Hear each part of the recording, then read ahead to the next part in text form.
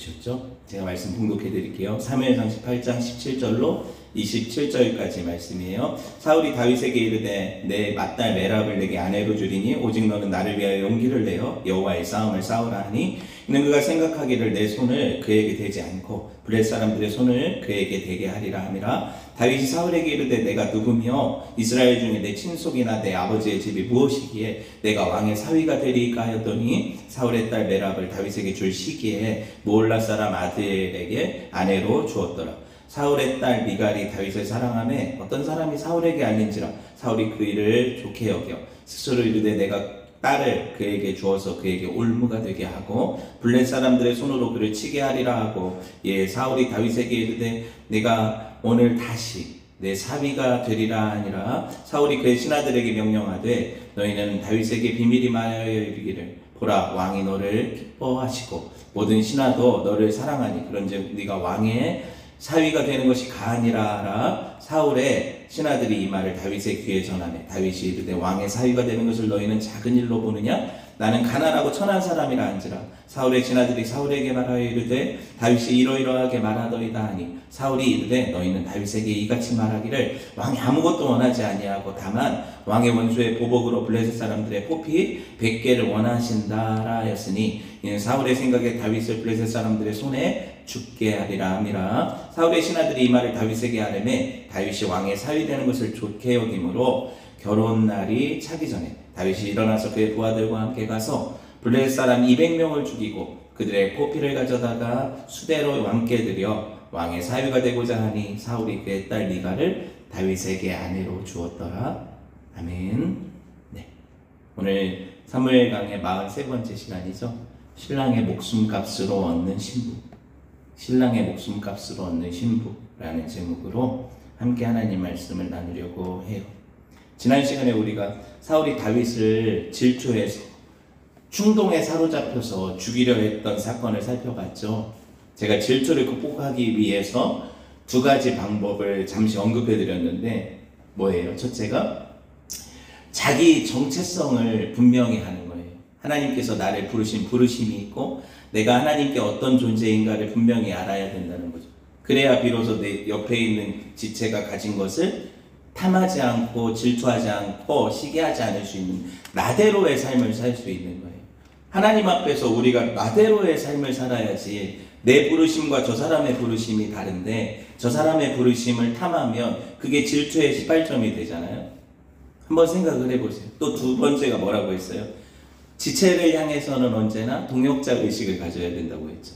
한 몸의 공동체로 부르신 목적은 머리 대신 그리스도를 머리로 삼아 한 몸을 이루어서 그 몸이 그 머리 시키시는 대로 한 목적을 향해 나아가기 위해서 우리를 지체로 부르셨다는 거예요.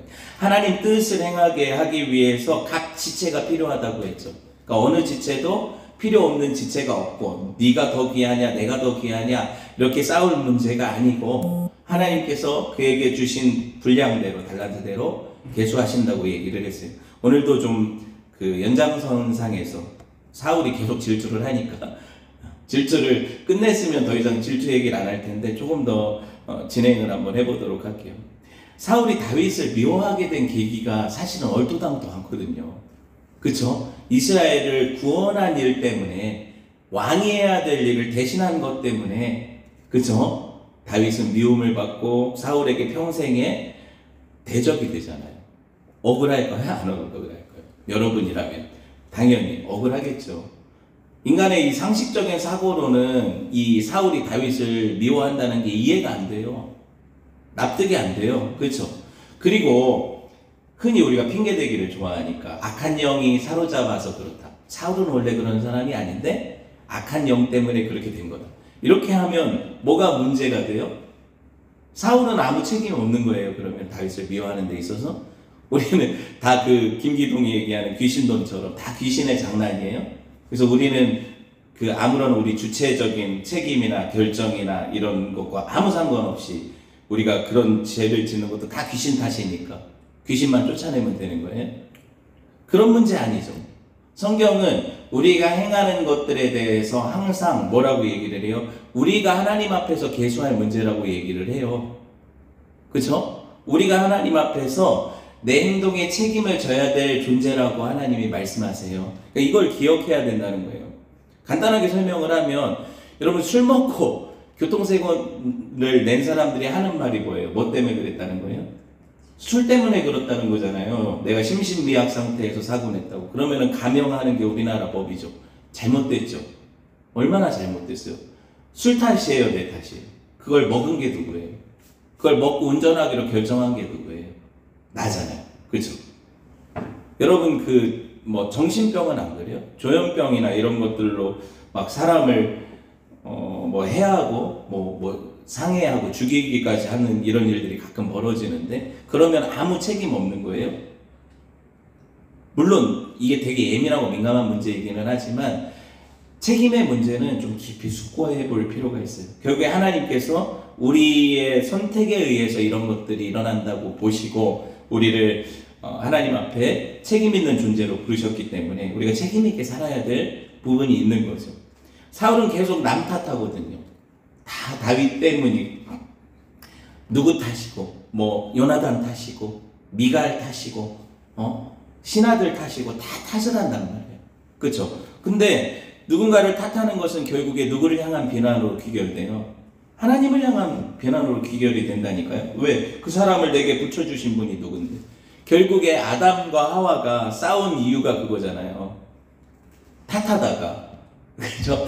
결국에는 누구한테로 그 화살이 돌아갔어요? 비난의 화살이. 하나님께 돌아갔잖아요. 그죠? 그 우리 죄성 안에는 이 모든 원망과 불평의 책임을 다 누구한테 전가하는 거예요? 하나님께 전가하려는 마음들이 있단 말이에요. 처음에 사울이 처음부터 이 지경이 아니었죠. 괜찮은 사람이었잖아요. 되게 멋진 사람이었어요. 그런데 어느 날 자기가 비교할 필요도 없는 존재가 나타났는데 그 비교의식에 사로잡혀서 괜히 다윗과 자기를 계속 비교하다 보니까 어떻게 해요? 그 질투에 눈이 멀었죠. 그래서 아예 한참 잘못 나가요. 다윗은 사실 처음부터 사울을 향해 변한 게 없어요. 심지어 골리앗을 죽이고 나서도 사울이 그 악령에게 괴롭힘을 당하니까 내가 골리앗을 죽인 그 이스라엘의 영웅인데 이제 수금이나 타고 있겠어? 이런 교만한 자세로 있지 않았죠.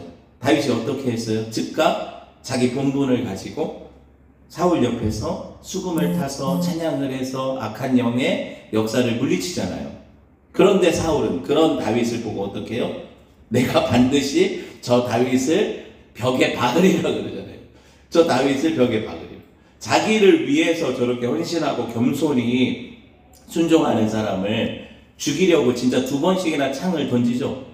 엊그제는 그렇게 사랑스러운 신하였잖아요. 자기 무기까지 맡길 만큼 믿는 신하였잖아요. 근데 오늘은 어떻게 다윗이 변했어요? 사울이 변한 거잖아요, 지금. 사울이 변한 거잖아요. 여러분, 이 첫 번째 살해 시도가 되게 엉겁결에 일어났잖아요. 본문을 유심히 살펴보면 마침 사울이 다윗이 그 수금을 탈 때 뭘 가지고 있었어요? 손에 창을 들고 있었다는 거예요. 충동적으로 다윗을 보니까 어제 다윗이 노래하는 장면을 보니까 오버랩 되는 게 뭐냐면 어제 길거리에서 여인들이 찬양했던 그 노래가 들리는 거예요.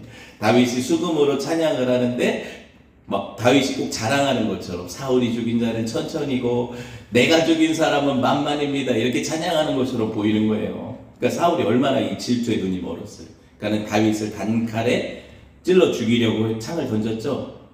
그 창 던지기에 명수인데도 불구하고 다윗을 2번씩이나 놓쳤다는 건 하나님의 보호하심이죠. 벽에다 다트 던지는 건데 그게 안 되겠냐고요. 근데 그게 안 된 거죠. 그 좁은 데서 다 피한 거예요. 2번이나 하나님 보호하심이 있는 거죠.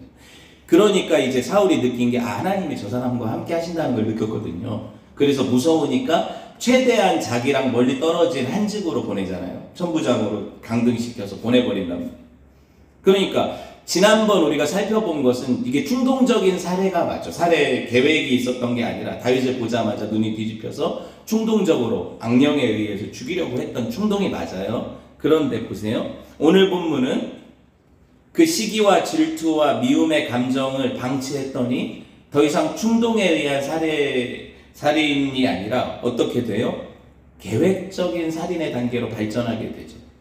그렇잖아요. 지금 보니까. 이건 갑작스러운 충동도 아니고 성경이 금하는 고범죄라는 거예요. 고의적으로 계획적으로 어떤 사람을 죽이려고 계획하고 실행에 옮기는 올무를 놓는 이런 과정이 있죠. 지금 보니까 여러분, 죄라는 나무가 있는데 나무가 맺혀지는 열매들만 보면 뭐예요? 살인, 뭐 사기, 간음, 뭐 도둑질, 뭐 여러 가지 열매들, 죄 증상들만 보면 안 되는 게 그 죄 증상들을 맺게 하는 그 나무와 뿌리를 봐야 되는 거잖아요. 그렇죠? 그걸 방치한 게 뭐예요? 미움, 시기, 그 질투의 감정을 방치했더니 그게 나무처럼 자라서 자양분이 공급돼서 열매 맺게 되는 이 사람을 죽이려는 단계까지 가잖아요. 그래서 예수님이 우리를 향해서 뭐라고 말씀하세요? 그 죄의 뿌리를 지적하시잖아요. 형제를 미워하는 자마다 뭐 하는 자다? 살인하는 자라고 하시잖아요. 질투에 의한 미움이든 미움이 일어날 때 내가 그걸 다스리지 못하면 어떻게 돼요? 이미 내 안에 살의를 품게 되는 거예요. 하나님 그것까지 얘기하시는 거잖아요. 창세기에 이걸 명백하게 보여주는 게 하나님이 가인을 향해서 워워 하시거든요. 가인이 어떤 마음 품었다는 걸 보셨어요?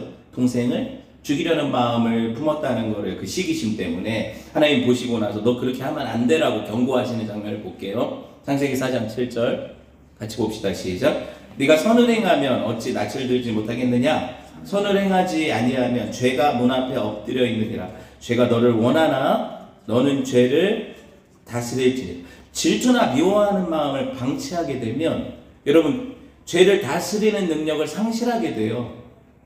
성도는요 죄를 다스리고 죄를 물리칠 권세를 받은 자들이죠. 이전에는 예수님 만나기 전에는 죄의 종로로 탈 수밖에 없는 존재였는데 새로운 피조물이 된 우리는 어때요? 마음의 신비에 새겨진 하나님의 법을 성령을 통해서 순종할 수 있는 그런 능력을 공급받는 존재로 바뀐 거거든요. 그쵸? 그럼 내가 성령께 순종하여서 말씀에 순종하면 죄를 이길 수 있다는 거예요? 없다는 거예요? 있다는 거죠. 하나님 그렇게 우리를 부르셨잖아요. 그런데 그렇게 내가 죄를 다스릴 생각을 안 하고 죄가 문 앞에 엎드려질 때 그게 무슨 말이냐면 나를 계속 유혹할 때 내가 그 죄에 굴복하면 어떻게 해요? 죄의 열매를 맺게 되죠. 보세요. 사람이 이런 유명한 말 있잖아요. 사람이 생각하는 대로 살지 않으면 사는 대로 생각하게 된다. 다시 사람이 생각하는 대로 살지 않으면 어떻게? 사는 대로 생각하게 된다는 거예요. 유명한 말이죠. 저한테만 유명했나요? 네. 그래요. 사람이 그래요. 내가 하나님 말씀을 듣고 그 말씀 붙잡고 살려고 노력하지 않으면 어떻게 해요? 내가 살아가는 방식대로 그냥 생각하고 사는 거예요. 그거밖에 안 되는 거예요. 성도는. 그래서 시편에서 다윗이 뭐라고 고백을 해요? 똑같이 자기도 연약함에 쌓여 있다는 걸 알거든요. 그래서 자기는 고의로 범죄하는 죄를 짓지 않도록 하나님 앞에 간구하거든요. 봅시다. 자기가 얼마나 약한지 알죠. 시편 19편 13절 시작. 또 주의 종에게 고의로 죄를 짓지 말게 하사 그 죄가 나를 주장하지 못하게 하소서. 그리하면 내가 정직하여 큰 죄가에서 벗어나겠나이다. 정말 안타깝게도요. 이렇게 기도했어도 다윗도 범죄하거든요. 그쵸? 하물며 우리겠냐고요. 하물며 우리겠냐고요. 다윗같이 하나님과 그렇게 친밀하게 교제하고 늘 시편으로 그 기도로 하나님 앞에 나아갔던 자도 이렇게 이 구체적으로 내가 하나님 앞에 고의적으로 계획적으로 죄짓지 않게 해주세요 기도했지만 계획적으로 우리아를 죽게 하죠. 계획적으로 밧세바를 간음하잖아요. 이게 우리 연약함이라는 거예요. 그런데 기도하지 않고도 그렇게 살 수 있다고요? 죄 뜻대로. 여러분 사울하고 똑같이 살 거래요. 우리는 분명히 질투의 감정이 일어나면 저게 나쁜 거지. 내가 나쁜 게 아니야. 내 마음이 잘못된 게 아니야. 저 사람이 저게 행동하는 게 저게 잘못된 거야. 이렇게 판단하는 게 우리잖아요. 자기중심적이니까 이게 죄성이거든요. 이게 죄성이거든요. 사울과 다윗은 명백한 차이가 있어요. 그럼에도 불구하고 비록 연약하고 범죄함에도 불구하고 다윗은 계속해서 누구에게로 돌아가요? 하나님께로 돌아가요. 하나님께 마음 지켜달라고 계속 돌아간단 말이에요. 우리는 범죄하고 나서 사울처럼 자포자기하거나 아니면 계속해서 악행을 저지르는 그런 삶으로 나아가죠. 그게 잘못이라는 거죠. 여러분, 목적을 이루기 위해서 수단과 방법을 가리지 않는 게 하나님의 뜻입니까? 하나님 절대 우리에게 그렇게 말씀하시지 않아요. 그런데 오늘 사울을 보니까 하는 짓이 어떠냐면 진짜 정신이 나간 것 같아요. 자기 딸들을 믿기로 다윗을 죽이려고 하잖아요. 자기의 딸들의 인생은 어떻게 되는 거예요? 이스라엘에 있어서 한번 정혼이라는 거는 거의 결혼과 같은 개념이거든요. 우리나라 약혼보다 훨씬 세요. 그 개념 자체가. 1년 후에 완전히 결혼하는 부부가 이미 혼인 서약을 하고 신고하는 개념이거든요. 그런데 보시면 처음에는 원래 그 맏딸이 메랍이라는 맏딸이 있었는데 그 딸을 이용해서 어떻게 해요? 다윗을 죽이려고 하잖아요. 봅시다. 17절. 사울이 다윗에게 이르되 내 맏딸 메랍을 내게 아내로 주리니 오직 너는 나를 위하여 용기를 내어 여호와의 싸움을 싸우라 하니 이는 그가 생각하기를 내 손을 그에게 대지 않고 블레셋 사람들의 손을 그에게 대게 하리라 함이라. 보세요. 진짜 악하죠. 너무 악하죠. 네. 착한 다윗은요, 사울이 그 제안을 할 때 또 고지고대로 들어요. 사실 다윗은 이미 아내를 얻을 자격을 가진 사람이에요. 왜? 골리앗을 이겼잖아요. 다시 그 어떤 수고를 할 필요가 없이 이미 아내를 상급으로 약속받은 사람이잖아요. 그런데 지금 이 사울은 진짜 손도 안 대고 코 풀려고 하잖아요. 다윗을 죽이려고 자기 딸을 마치 막 선심 쓰듯이 큰 딸을 줄 테니까 네가 블레셋 사람들과 이 선한 싸움을 싸워라 하는데 거기 이용하는 게 보세요. 얼마나 하나님을 두려워하지 않으면 너는 나를 위하여 용기를 내어 누구의 싸움을 싸우라고 해요? 여호와의 싸움을 싸우래요. 여호와의 싸움을 싸우래요. 여러분 보세요. 감히 자기 목적과 자기의 영광을 위해서 자기가 이루려는 어떤 목적을 위해서 하나님을 수단으로 사용하죠. 근데 이런 일들이 교회 안에 비일비재하다는 거예요. 목사님들이 자기가 추구하는 욕망과 어떤 자기 교회의 영광과 목적을 위해서 가끔 하나님 말씀과 위배돼도 하나님의 이름으로 그걸 선포하고 그것을 얼마든지 이용할 수 있는 거예요. 그런 일들을 우리가 겪어봤잖아요. 저도 겪어봤고 여러분도 겪어봤고 저도 모르는 사이에 제가 그렇게 했을 수도 있고 근데 여러분도 마찬가지죠. 여러분의 어떤 영향력 아래에 있는 사람들에게 그렇게 하나님의 이름을 빙자해서 어떻게 해요? 그게 여호와의 이름을 망령되이 일컫는 거예요. 그게 그 하나님의 이름을 망령되이 일컫는 계명을 어기는 거예요. 보시면 지금 다윗 죽이려는 그런 악한 목적을 이루기 위해서 하나님의 이름도 서슴없이 사용하고 있죠. 그렇게 하고 있잖아요. 그렇게 하면 다윗은 어떻게 껌뻑 죽잖아요. 하나님 영광 위에 사는 존재니까 그게 하나님의 뜻이다 그러면 어떻게 해요? 대부분의 성도들이 물불 안 가리고 달려들거든요. 그렇게 되는 거예요. 여러분 보세요. 반면에 다윗이 지금 어떻게 이 악한 첫 번째 올무에서 벗어나요? 그를 이 사울의 마수에서 벗어나게 한 그 큰 이유가 뭐예요? 보시면 18절 봅시다. 시작. 다윗이 사울에게 이르되 내가 누구며 이스라엘 중에 내 친속이나 내 아버지 집이 무엇이기에 내가 왕의 사위가 되리이까 하였더니 충분히 자격을 얻었던 사람이거든요. 그렇죠? 근데 뭐라고 해요? 계속 겸손하죠. 그게 내 자리 아닙니다. 나 같은 사람이 어떻게 왕의 사위가 됩니까? 이러면서 거절하니까 이 사울이 이게 안 넘어오네. 그러고 나서 원래 줄 마음도 없었으니까 큰 딸을 누구한테 시집 보내요? 엉뚱한 사람한테 시집 보내요. 물론 유력한 사람이었겠죠. 왕의 사위가 될 만한 빵빵한 집안이었겠죠. 그 사람한테 시집 보내잖아요. 다윗은 그렇게 동요 없이 위기를 넘겨요. 그런데 여러분 이게 어떻게 보면 다윗에게는 상처가 됐을 수도 있어요. 다윗이 말씀 읽어보면 왕의 사위가 되는 것을 나쁘게 여겼대요? 좋게 여겼대요? 좋게 여겼다고 써있잖아요. 다윗도 사위가 되고 싶었던 거예요. 그런데 분명히 그런 자격들을 얻었지만 왕이 기회를 주지 않잖아요. 그쵸? 그렇게 하고 있잖아요. 그런데 두 번째로 누가 누구를 좋아한다는 소식을 지금 들어요? 둘째 딸인 미갈이 큰 딸은 이제 건너가고 시집 갔고 둘째 딸인 이 딸들이 아버지 원수를 그렇게 좋아해요. 그래요. 그래서 둘째 딸 미갈이 다윗을 사랑한다는 소문을 듣게 되는 거죠. 그렇죠? 다윗은 모르기는 몰라도 메랍이 다른 집으로 시집간 것 자체가 충격이었을 것 같아요. 돌아보니까 내가 말로는 뭐 물론 겸손한 사람이니까 우리 집안이 왕과 어울리지 않고 막 이렇게 얘기했지만 서운해요, 안 서운해요? 사람이 당연히 서운하죠. 자기는 왕의 사위가 되고 싶었다니까요. 그런데 나한테는 기회가 주어지지 않으니까 억울하고 자존심 상하는 일 아니에요. 딱 보니까 집안이 빵빵한 사람한테 첫째가 시집을 간 거잖아요. 그럼 나는 내가 어떻게 하면 왕의 사위가 될 수 있을까 이렇게 생각해봐도 자기는 가진 게 없고 그런 어떤 뭔가 이렇게 왕이 기뻐할 만한 그런 메리트가 없는 것 같아요. 그렇게 생각을 했단 말이에요. 제가 왜 이렇게 생각을 하냐면 이제 사울이 두 번째로 이 딸 미갈의 이야기를 가지고 다윗에게 잠깐 불러가지고 얘기를 하잖아요. 진짜 비정한 아빠죠. 딸을 지금 둘이나 다 이용을 하는 거거든요. 다윗 죽이고 싶어가지고 결혼을 빌미로 해가지고 그렇잖아요. 그래가지고 이제 다윗 불러가지고 뭐라고 해요? 이제 진짜 너를 사위 삼으려고 내가 계획하고 있다. 우리 딸도 너를 좋아하니까 너 이제 내가 약속을 줄 테니까 뭐 이렇게 얘기를 해도 다윗이 처음에는 잘 안 넘어왔나 봐요. 뒤에 보면 어떻게 해요? 되게 계획적으로 꾀를 내서 신하들에게 한 사람 한 사람 비밀리에 누구를 접촉하게 만들어요. 사극 같은 데 보면 이런 일이 많잖아요.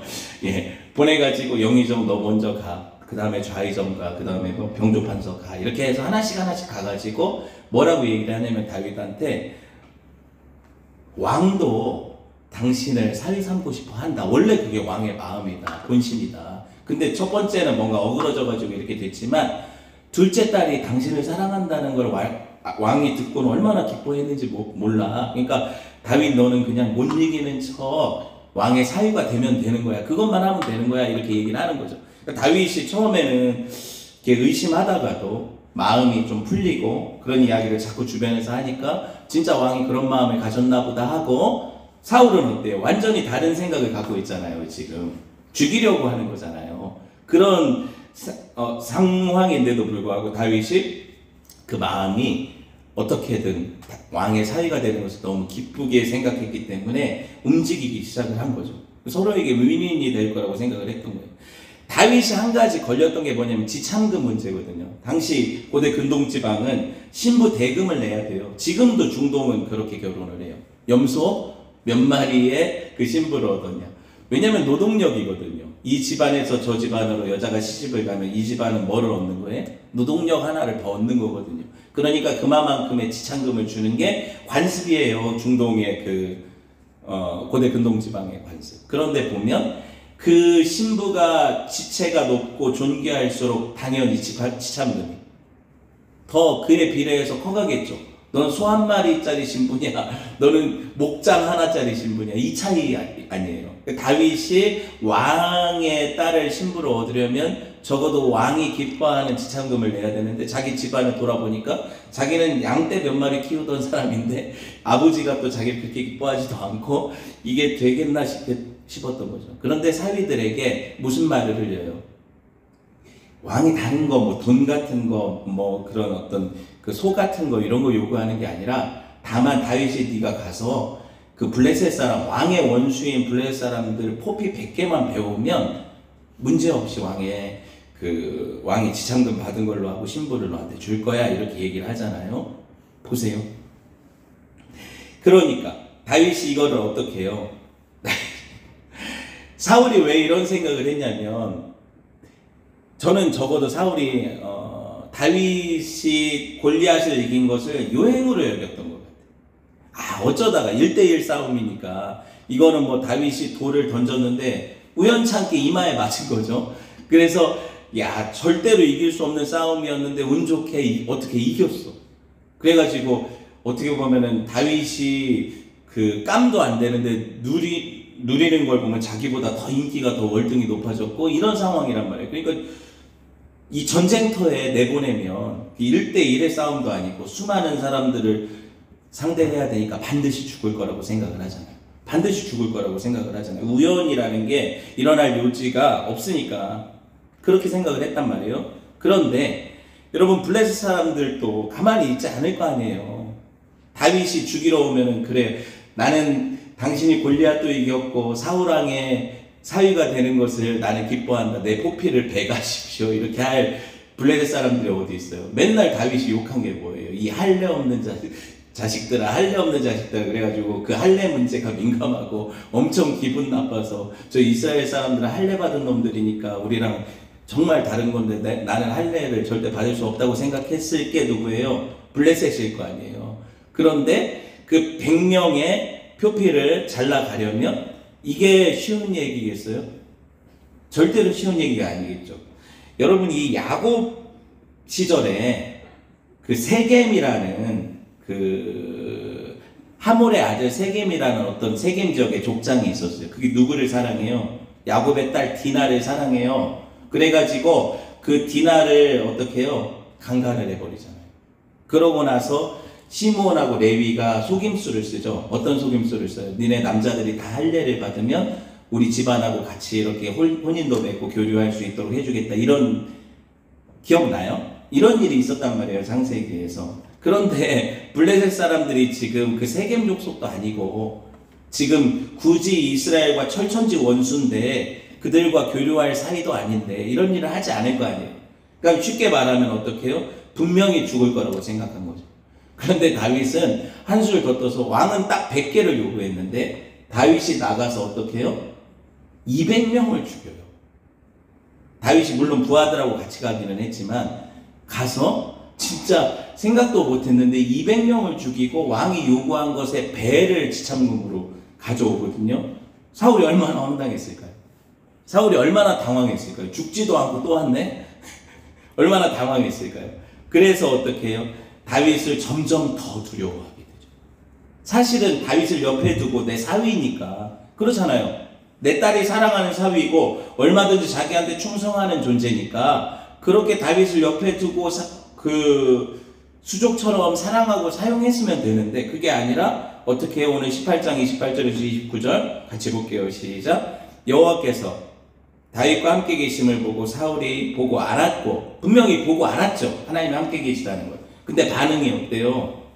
사울이 다윗을 더욱 두려워하여 평생에 다윗의 대적이 되니라 그러죠. 대적이 되니라 그러죠. 울며 겨자 먹기로 딸도 주고, 근데 그 딸은 또 자기보다 누굴 사랑해요? 자기 원수 다윗을 사랑하고, 그쵸? 여러분, 이 이야기를 읽어보면 굳이 다윗이 왜 그렇게 그 사울의 왕의 사위가 되는 것을 기뻐했을까 좀 이해 안 되지 않아요? 그런 생각은 안 해보셨어요? 굳이 왜 다윗이 이렇게까지 자기 생명을 걸고 왕의 사위가 되었어야 될까? 생각해 보셨어요? 네, 저 얼굴에 써 있는 것도 아니고 오늘 제목이 뭐였어요?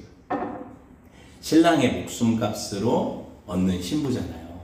그쵸? 신랑의 목숨값으로 얻는 신부잖아요. 다윗이 누구를 예표하냐고요? 다윗이 누구를 예표하냐고요?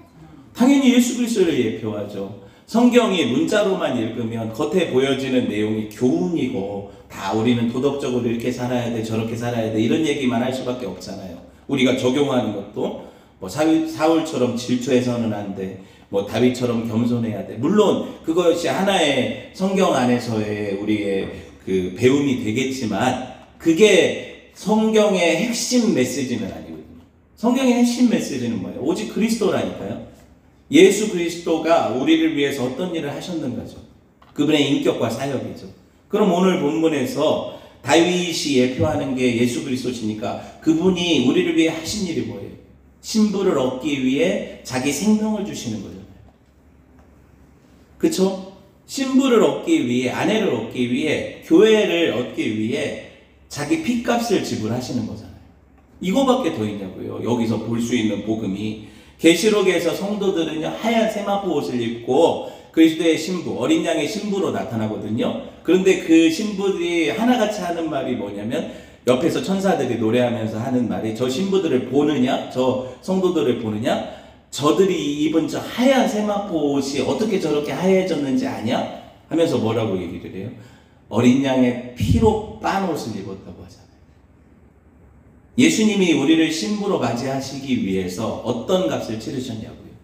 이게 복음 아닙니까? 상식적으로 여러분 다윗이 미갈을 얻기 위해서 목숨을 건 거잖아요. 근데 이게 그냥 그 역사적인 어떤 하나의 사건으로 보면 우리한테 크게 의미가 없어요. 그러니까 뭐 그렇게 은혜 되는 것도 아니고 뭐 굳이 그렇게까지 해야 돼 이런 생각도 들고. 근데 그가 예수님을 예표한다고 하면 마땅히 신부를 얻기 위해 자기 생명을 거는 게 마땅하잖아요. 그리고 우리가 거기서 뭘 알 수 있어요? 이로써 우리가 그의 사랑을 아는 거죠. 그래서 우리도 그를 마땅히 사랑하게 되는 거죠. 다음 장에 뭐가 나오겠어요? 그 신랑을 향한, 자기 생명을 주신 그 신랑을 향한 신부의 고백과 신부의 사랑이 나오겠죠. 그래서 미갈이 다음 장에 보면 누구를 보호해 주는 거예요? 신랑을 보호해 주는. 그게 그리스도의 신부인 교회가 신랑을 위해 목숨을 거는 거죠. 그렇게 되는 거 아니에요? 하나님이 하시는 일이 놀랍지 않습니까? 사울은 다윗을 미워하면 미워할수록 점점 더 이상하게도 자기 주변의 사람들이 떠나가면서 누구를 더 사랑하게 돼요? 아들 요나단도, 자기의 왕이 계승자인 요나단도 누굴 더 사랑해요? 자기보다 다윗을 사랑해요. 딸도 자기보다 다윗을 사랑하고, 신하들도 지금 다 누구에게 마음을 뺏겼어요? 다 다윗한테 마음을 뺏기고. 그래서 나중에 사울이 막 화가 나가지고 한 놈도 믿을 게 없다고 그러면서 막 난리치는 장면도 나오거든요. 신하들도 못 믿겠다 그러고 아들도 못 믿겠다 그러고. 하나님이 점점 더 그의 인생은 망하게 하시고 다윗을 흥하게 하시는 거죠. 왜? 그리스도의 예표니까. 평생에 어떻게 하나님이 함께 하시는 그 모습을 보고 대적이 될 생각을 해요. 누굴 대적하는 거예요, 그러면? 사울이.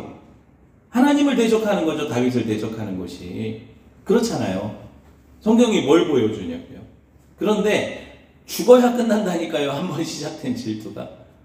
네, 다윗이 죽든지 누가 죽든지 사울이 죽든지. 근데 성도는요, 그 그리스도의 죽음을 통해서 날마다 내가 죽는 존재가 되는 거예요. 내가 날마다 죽어야 되는 거예요. 질투와 시기를 어떻게 이깁니까? 정과 욕이 십자가에 못 박혀야 이기는 거죠. 그게 가능하냐고요, 인간적으로. 그쵸? 그분의 죽으심 때문에 이게 가능하게 되는 거라니까요. 여러분, 결과적으로 보면 결국에 다윗의 나라는 점점 강성해져요.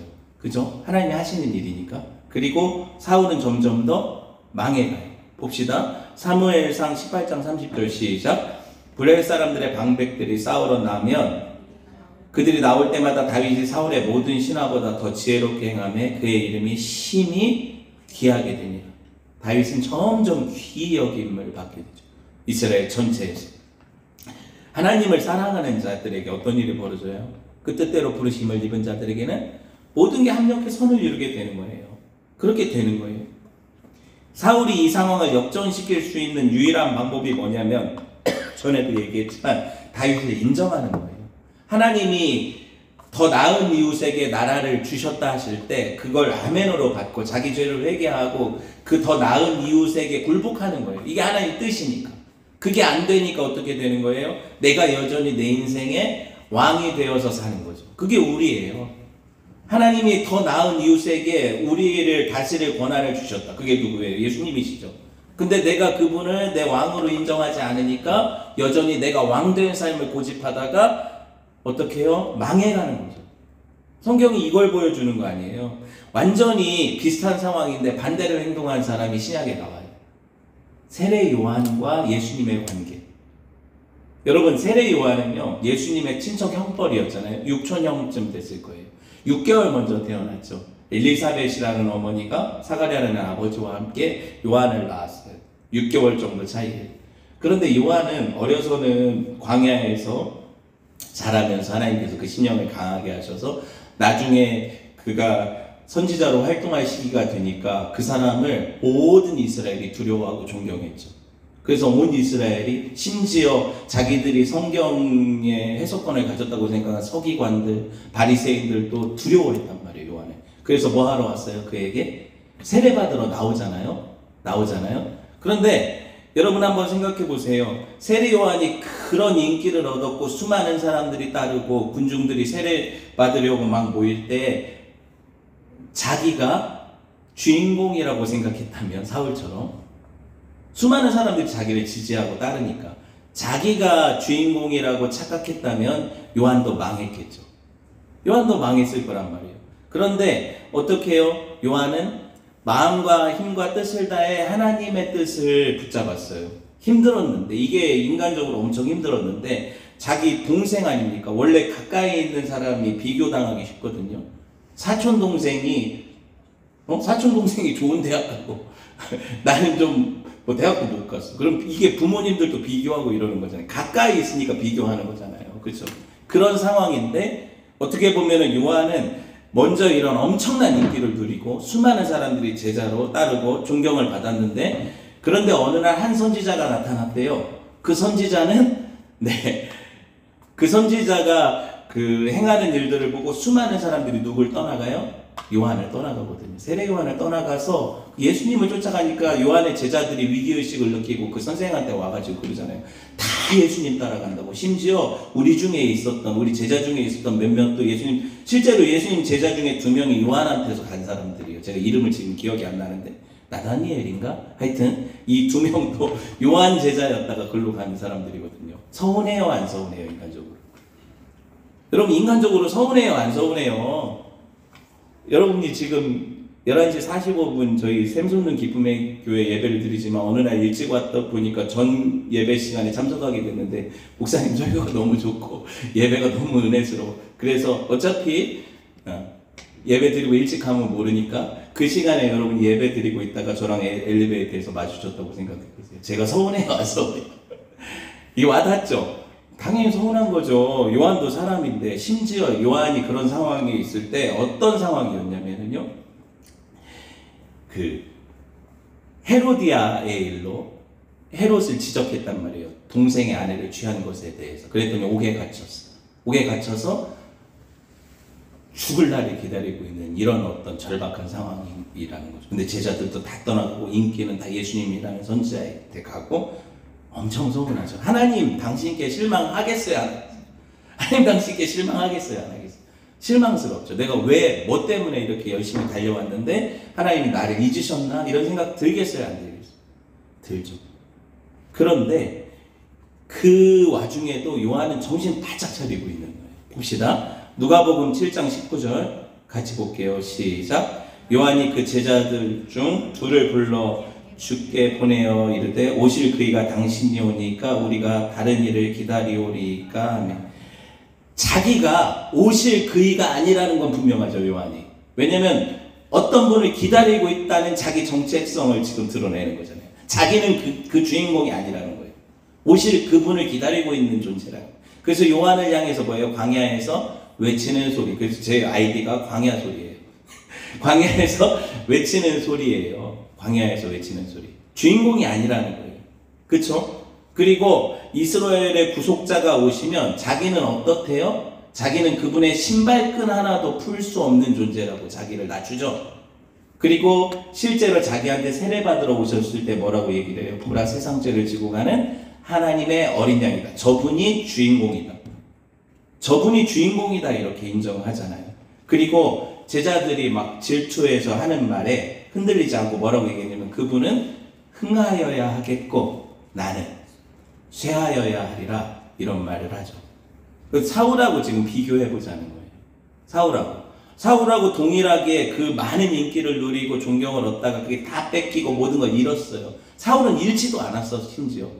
근데 요한과 사울의 그 자세를 보세요. 자기가 조연인 걸 알았단 말이에요. 자기가 조연이라고 하나님 말씀하셨잖아요. 사무엘을 통해서 네가 주연 아니라고. 그죠? 그런데도 여전히 자기가 주연인 삶을 사는 게 누구예요? 사울이고 우리란 말이에요. 내가 인생의 주연인 줄 알아요. 우리는 단역이고 엑스트라고 조연이라니까요. 하나님의 구속사에. 그러니까 내가 어떤 일을 하고 안 하고 그게 하나님 영광의 역사를 뭐 방해하고 이루고 막 이런 차원으로 자기를 생각하면 안 돼요. 그건 하나님이 우리를 쓰실 때 얘기죠. 그렇게 우리가 중요합니까? 성도들이 착각하는 게 뭐냐면 나 없으면 교회도 안 들어갈 것 같고, 목사들도 그런 착각 당연히 하죠. 나 없으면 안 될 것 같고, 천만의 말씀 만만의 꿀떡 같은 소리죠. 하나님이 이 돌들로도 찬양하게 하실 수 있는 거예요. 그러니까 여러분이 다 비워도 이 대리석들이 찬양할 거예요. 그러니까 아무 상관없는 거예요. 그러니 나를 너무 높게 여길 필요가 없는 거예요. 여러분, 우리는 뭐예요? 신랑의 친구로 서 있는 거거든요. 요한이 자기를 어떻게 인식을 했냐면, 내가 광야에서 외치는 소리다. 그분이 오실 길을 평탄케 하는 존재다. 그런데 그분은 신랑이셔서 신부를 맞으러 오시는 분이시다. 그런데 나는 그의 친구로 여기 서 있는 거다. 결혼식장을 한번 생각해 보세요. 신랑이 들어오면 아무리 친구가 신부를 막 지금까지 이렇게 뭐 꾸며주고 옆에서 들러리 서주고 막 잔치를 준비하고 모든 걸 다 총괄했어도, 심지어 사회를 봤어도, 신랑이 들어오고 신부 옆에 서면 누가 주인공이 되는 거예요? 사회자, 신랑, 친구? 아니잖아요. 신랑이 주인공이 되는 거잖아요. 그쵸? 이 얘기를 하거든요. 요한복음 3장 29절에서 30절 시작. 신부를 취하는 자는 신랑이나 서서 신랑의 음성을 듣는 친구가 크게 기뻐하나니 나는 이러한 기쁨으로 충만하였노라. 그는 흥하여야 하겠고 나는 쇠하여야 하리라 하니라. 이게 무슨 말인지 이해가 되시죠? 친구는요, 신랑이 신부를 맞이하는 그 기쁨이 내 기쁨인 거예요. 내가 감히 그 신랑 자리에 서서 내가 그 신부랑 결혼할 생각을 안 해요. 내가 사회 보러 왔는데 무슨 그 신랑이 되기를 원하냐고요. 그런데 이 사회 보는 사람들이 자꾸 자기가 신랑으로 착각한다니까요. 저 같은 사람들은 사회 보는 사람이에요. 신랑 친구. 그 신랑이 신부를 맞이하도록 알선하는 사람이에요. 여러분도 마찬가지예요. 그쵸?